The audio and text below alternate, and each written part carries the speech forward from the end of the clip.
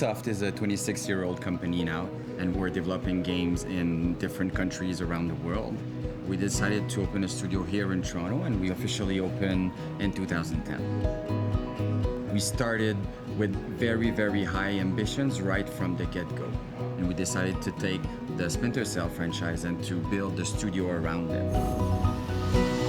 It's a lot of pressure for the studio, but at the same time, it's what drives us in delivering quality.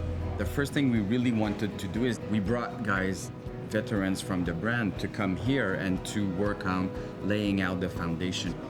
We want the core fan, the guys that are expecting, strong stealth gameplay, darker environments, all the moves and the gadgets. We want these fans to enjoy the game, and at the same way, we want to open the game to a whole bunch of a new audience. For Splinter Cell Blacklist, a big goal for us was to really kind of take it to a brand new level. So, when we're talking about the amount of content that we put in, it's huge. Certainly this is the most ambitious Splinter Cell there's ever been. It's the biggest Splinter Cell there's ever been. And a key priority for us, one of the biggest things, is we want to give the players real choice. And it's all supported by the way that we've built the maps. Every single map in the game is set in a different part of the world with multiple routes, multiple ways to get to your objective. And extending to the game modes as well. We've got a large co-op section to the game, and obviously that has required us to build an enormous amount of content. 3ds Max is obviously a key part of our pipeline. For us, it's one of the fundamental building blocks. So as we're building maps and as we're building content for the single player, for the co-op, for the multiplayer, it's really one of the building blocks that the artists use to create believable worlds. When it comes to the look and style of the Splinter Cell characters, there's a real big push to have Sam's abilities be very realistic, very studied, extremely rooted in reality, and that meant we had to go to full performance capture. Performance capture for us means capturing actors acting together in the same scene, doing body mocap, voice capture, and facial performance all in one set.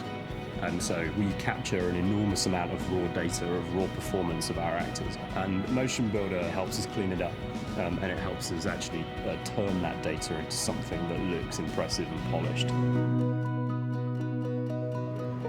With Splinter Cell Blacklist, our ambitions when it came to UI was really, really big. It's a big part of our visual direction. And so in order to have something that deep, we really needed something that was as flexible as Scaleform is. Scaleform really gives us a lot of flexibility in how we bring elements into the game. It gives our artists the full range of tools that Flash supplies, so they can work within Flash and create the real distinct look that they want for all of their elements, and then it's a very simple process of getting that look into the game. We feel that the most important foundation for the success of Ubisoft Toronto lies within the talent that we have brought in. The chemistry that we have on the team is really what's driving us to, get quality that we really haven't seen before. And I feel like this is our big tactical advantage. It's a company that takes its time to get quality right. Whereas other games companies are very deadline and budget driven. There's a real craftsmanship to the games that we produce at Ubisoft. We've been given the time and the space to actually bring Sam back in a really big way, put our own stamp on it, and make sure it's of the highest possible quality.